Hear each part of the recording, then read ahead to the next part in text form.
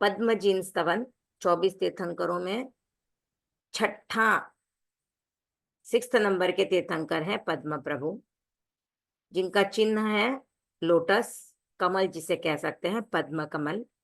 उनकी जन्म तिथि है कार्तिक कृष्णा 12, जन्म स्थान वाराणसी, वंश इक्ष्वाकु, गोत्र काश्यप, शरीर वर्ण यानी लाल रक्त कलर, लाल उनका शरीर का वर्ण था।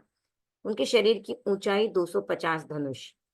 कुल आयुष्य उनका था 30 लाख पूर्व का। माता का नाम सुसीमा, पिता का नाम धर। दीक्षा तिथि उनकी थी कार्तिक कृष्णा 13, केवल ज्ञान तिथि चैत्र शुक्ला 15 यानी पूर्णिमा। निर्वाण तिथि मार्गशीर्ष कृष्णा 11, निर्वाण स्थल सम्मेत शिखर, यक्ष कुसुम, यक्षिणी श्यामा। इनका चिन्ह है पद्म। पद्म प्रभु का नाम पद्म पढ़ने के पीछे भी कहानी है।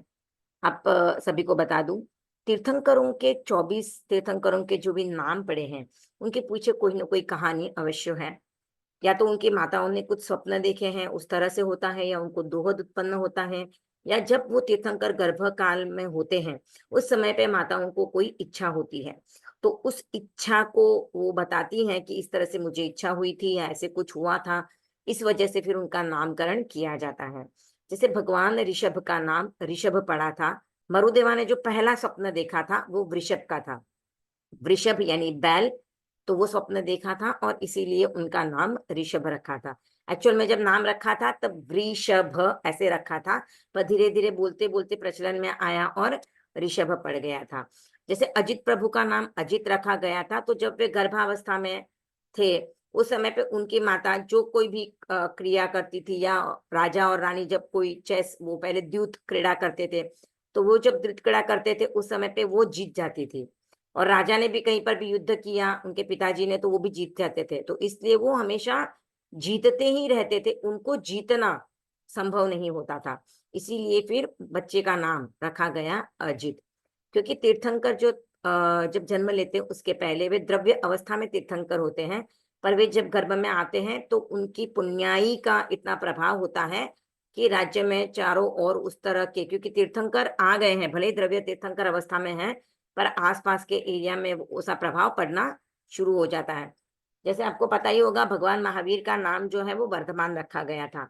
तो वे जब गर्भकाल में माता के गर्भ में आए थे, तो उस समय पे सिद्धार्थ के राज्य में चारों ओर पे धन धान्य की वृद्धि हुई थी, सब तरह से वृद्धि हुई थी, तो उन्होंने फिर उनका नाम वर्धमान रखा था। भगवान पद्म प्रभु, तो पद्म प्रभु का नाम पद्म रखने के पीछे ये था कि जब भगवान पद्म प्रभु माता के गर्भ में आए, तो माता का नाम क्या था? सुसीमा। तो सुसीमा माता के गर्भ में आए उस समय उनकी माता को कमल की शैया पर सोने का दोहद उत्पन्न हुआ। दोहद का अर्थ होता है इच्छा उत्पन्न होती है, और गर्भकाल में जो भी इच्छाएं उत्पन्न होती है वो ऐसी तीव्र इच्छा उनको पैदा हुई कि मुझे कमल की शैया पर सोना है। तो फिर जो उस समय पे अधिष्ठायक देव जो भी रहते हैं, या उस वंश के जो देवता सेवा करते हैं, या राजा के जो अधिष्ठायक देव होते हैं, तो उनमें से ही कोई देव जो है, उन्होंने उस समय पे कमल की शैया का निर्माण करके उनका दोहद पूरा किया था। और भगवान का जो वर्ण था वो भी पद्म जैसा था, इसके लिए उनका नाम पद्म प्रभु कहा गया है। उनका नाम फिर पद्म प्रभु रखा गया था। तो जैसे ये दोहद का ही एक कहानी मेरे ध्यान में आ रही है।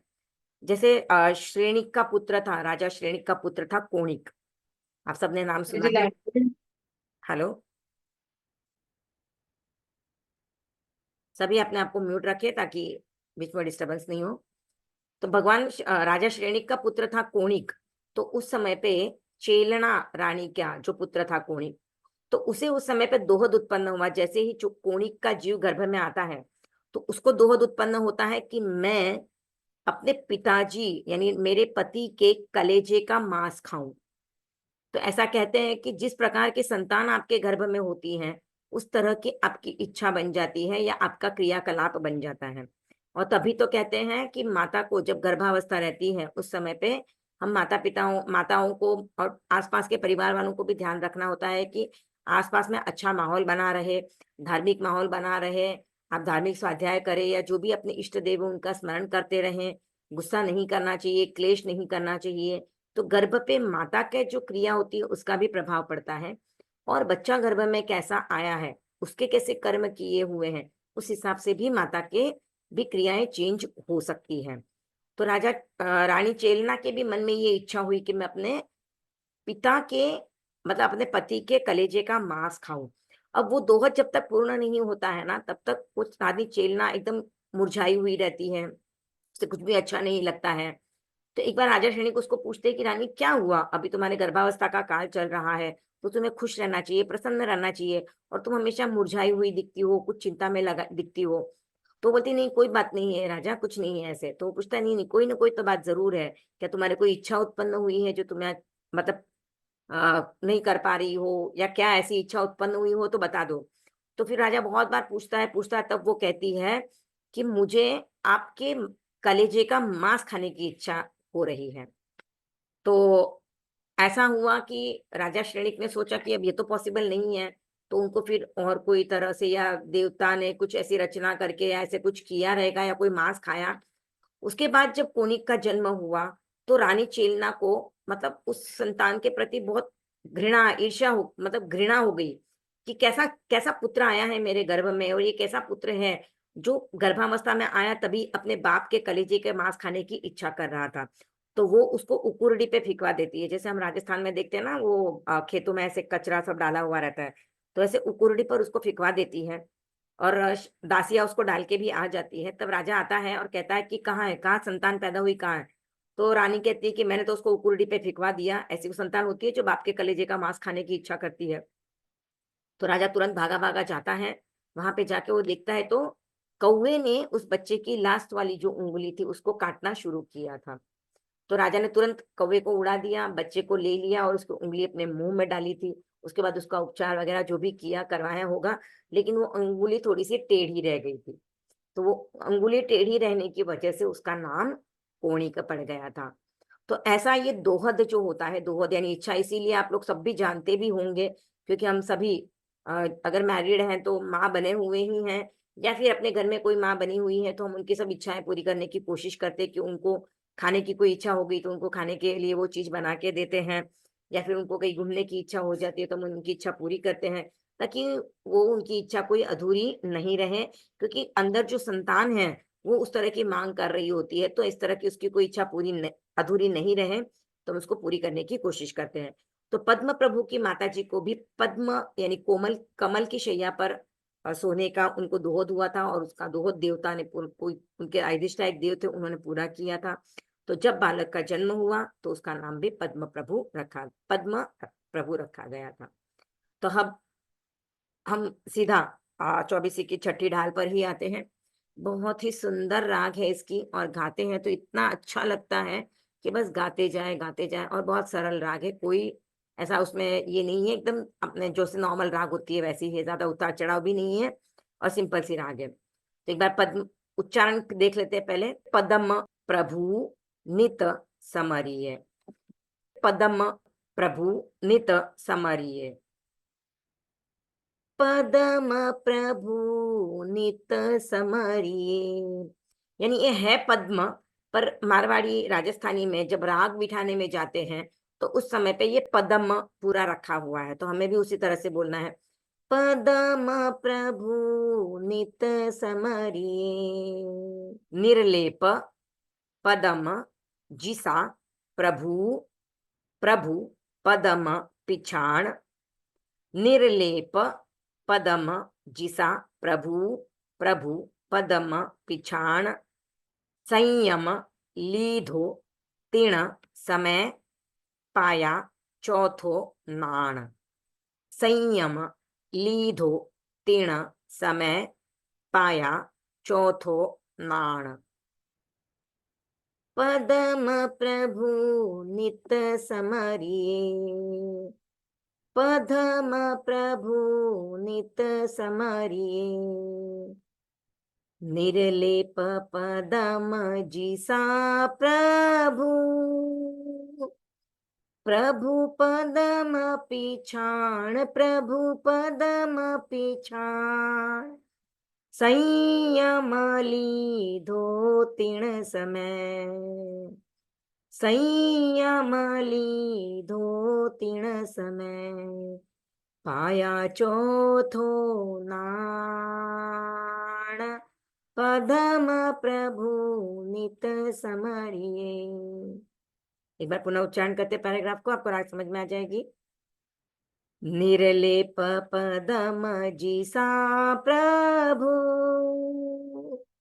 प्रभु पदम पिछाण, प्रभु पदम पिछाण, संयम लीधो तीण समय, पाया चौथो नाण, पदम प्रभु नित समरिए। ध्यान शुक्ल प्रभु, ध्याय ने, पाया केवल सोय।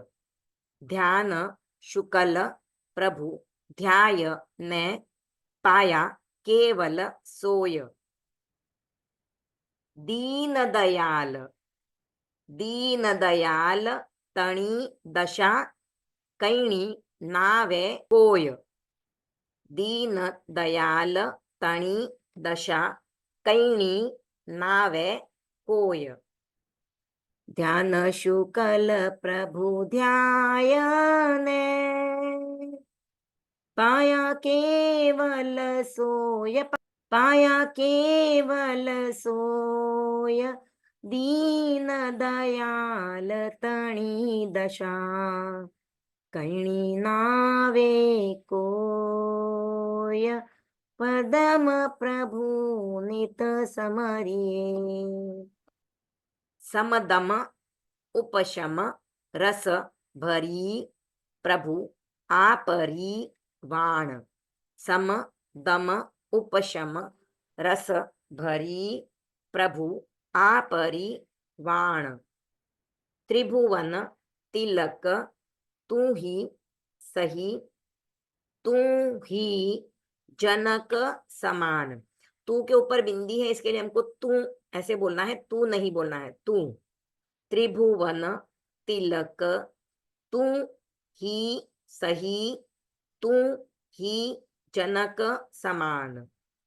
समदम उपशम रस भरी, प्रभु आपरिवाण, प्रभु आपरिवाण। त्रिभुवन तिलक तू ही सही, तू ही जनक समान। पदम प्रभु नित समरिए। तू प्रभु कल्प तरु जिसो, तू चिंता मणि जोय। तू प्रभु कल्प तरु जिसो, तू चिंता मणि जोय। समरण करता आपरो मन वांछित होय। समरण करता आपरो मन वांछित होय। तू प्रभु कल्पतरु जिसो, तू प्रभु कल्पतरु जिसो, तू चिंतामणि जोय, तू चिंतामणि जोय। समरण करता आपरो मन वांछित होय। पदम प्रभु नित समरिए। सुखदायक सहु जग भणी, तू ही दीन दयाल। सुखदायक सहु जग भणी, तू ही दीन दयाल। शरण आयो तुझ साहिबा, तू ही परम कृपाल। शरण आयो तुझ साहिबा, तू ही परम कृपाल। सुखदायक सहु जग भणी, तू ही दीन दयाल, तू ही दीन दयाल। शरण आयो तुझ साहिबा, तू ही परम कृपाल, पदम प्रभु नित समरिए। ता के ऊपर भी डॉट है, तो गुण गाता मन गह गहे सुख संपत्ति जान। गुण गाता मन गह गहे सुख संपत्ति जान। विघन मिटे समरण किया पामे परम कल्याण। विघन मिटे समरण किया पामे परम कल्याण। गुण गाता मन गह गहे सुख संपत्ति जान, सुख संपत्ति जान। विघन मिटे समरण किया पामे परम कल्याण। पदम प्रभु नित समरिए। उगणी से ने भाद्रवे सुधी बारस देख। उगणी से ने भाद्रवे सुधी बारस देख। पदम प्रभु रट्या लाडनु हुवो हर्ष विशेष। पदम प्रभु रट्या लाडनु हुवो हर्ष विशेष। उगणी से ने भाद्रवे सुधी बारस देख, सुधी बारस देख। पदम प्रभु रट्या लाडनु, पदम प्रभु रट्या लाडनु हुओ हर्ष विशेष। पदम प्रभु नित समरिए, पदम प्रभु नित समरिए, पदम प्रभु नित समरिए, पदम प्रभु नित समरिए। निर्लेप पदम जिसा प्रभु, प्रभु पदम पिछाण, प्रभु पदम पिछाण। संयम लीधो तीण समय, पाया चौथो नान। पदम प्रभु नित समरिए। ध्यान शुक्ल प्रभु ध्यायन, पाया केवल सोय, पाया केवल सोय।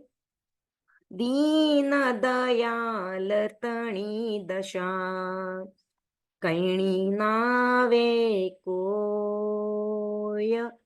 पदम प्रभु नित समरिए। समदम उपशम रस भरी, प्रभु आ परिवाण, प्रभु आ परिवाण। त्रिभुवन तिलक तू ही सही, तू ही जनक समान। पदम प्रभु नित समरिए। तू प्रभु कल्पतरु जीसो, तू चिंतामणि जोय, तू चिंतामणि जोय। समरण करता आपरो मन वांछित होय। पदम प्रभु नित समरिए। सुखदायक सहु जग भाणी, तू ही दीन दयाल, तू ही दीन दयाल। शरण आयो तुझ साहिबा, तू ही परम कृपाल। पदम प्रभु नित समरिए। गुण गाता मन गह गहे, सुख संपत्ति जान, सुख संपत्ति जान। विघन मिटे समरण किया, विघन मिटे समरण किया, पामै परम कल्याण, पदम प्रभु नित समरिए। गणिसे ने भाद्रवे, सुदी बारस देख, सुदी बारस देख, पदम प्रभु रट्या लाडनु, वो हर्ष विशेष, पदम प्रभु नित समरिए। इसका अर्थ समझेंगे। पहले ही लाइन में जयाचार्य जी कह रहे हैं कि पद्म प्रभु को प्रतिदिन स्मरण करना चाहिए, तो हर दिन इनका नाम लेना चाहिए। इसका मतलब ये नहीं पद्म प्रभु का ही, आप कोई भी तीर्थंकर का नाम ले सकते हो। हर तीर्थंकर का नाम लेने में आपको सेम ही कर्म की निर्जरा होगी, पर प्रत्येक तीर्थंकर के साथ एक लाइन जुड़ी है, उस तरह से पद्म प्रभु का प्रतिदिन स्मरण कीजिए। क्यों करना चाहिए? क्योंकि वे ऐसे हैं, निर्लेप पदम, पद्म प्रभु हैं, और कमल का फूल जो होता है वो निर्लेप होता है, निर्लिप्त, यानी वो कीचड़ में रहता है लेकिन उसके ऊपर कीचड़ नहीं चिपकता है। तो पद्म प्रभु भी वैसे ही थे, इस संसार में रहते हुए भी इस संसार से निर्लिप्त थे, संसार के मोह माया में फंसे हुए नहीं थे। तो ऐसे कमल की भांति निर्लिप्त पद्म प्रभु थे, इसलिए उनका आप प्रतिदिन स्मरण करो।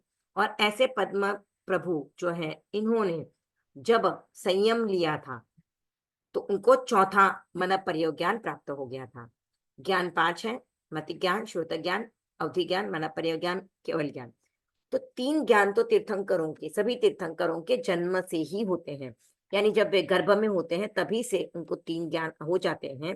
और जब वे दीक्षा लेते हैं तो जैसे ही दीक्षा लेते ही उनको चौथा ज्ञान भी आ जाता है, मन प्रयोग ज्ञान। और जब वे साधना करते हैं, साधना करने के बाद जब घाती कर्मों का क्षय करते हैं तो उनको केवल ज्ञान प्राप्त हो जाता है। तो पद्म प्रभु ने जब दीक्षा ली तो उस समय पे उनको चौथा ज्ञान आ गया। तो सिर्फ पद्म प्रभु को नहीं, बाकी के 23 तीर्थंकरों को भी जब भी उन्होंने जब जैसे ही दीक्षा ली उनको चौथा ज्ञान मिल जाता है। तो ये नियम है। अब उन्होंने क्या किया था? पद्म प्रभु ने जब दीक्षा ली उसके बाद उन्होंने शुक्ल ध्यान की साधना की। तीर्थंकर शुक्ल ध्यान की ही साधना करते हैं, जो चौथा ध्यान है। तो शुक्ल ध्यान की साधना उन्होंने की और फिर केवल ज्ञान प्राप्त किया।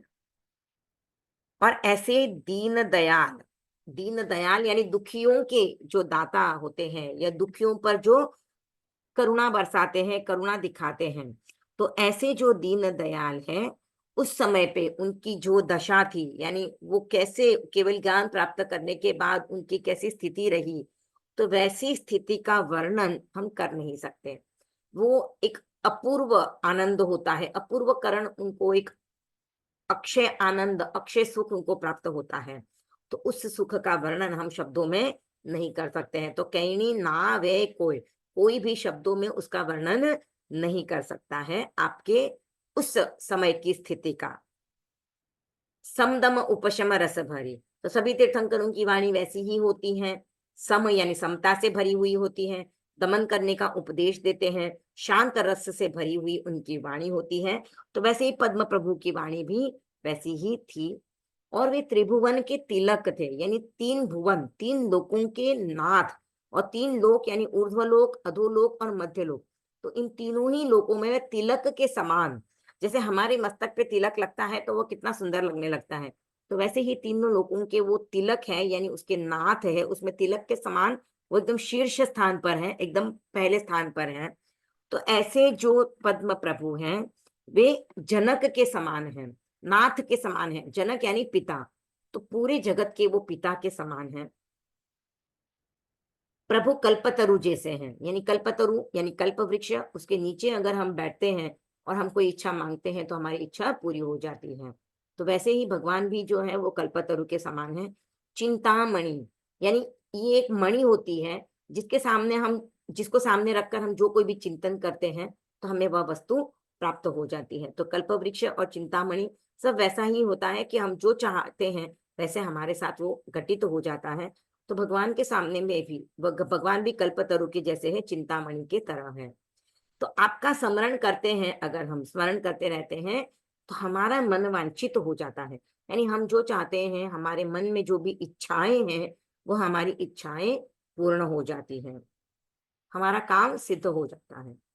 सुखदायक सहु जग भाणी, तो प्रभु आप जो है वो समूचे जगत के लिए सुख देने वाले हो, आप दीन दयाल हो, यानी दुखियों का दुख दूर करने वाले हो, उनको इस संसार समुद्र से पार जाने का रास्ता दिखाने वाले हो।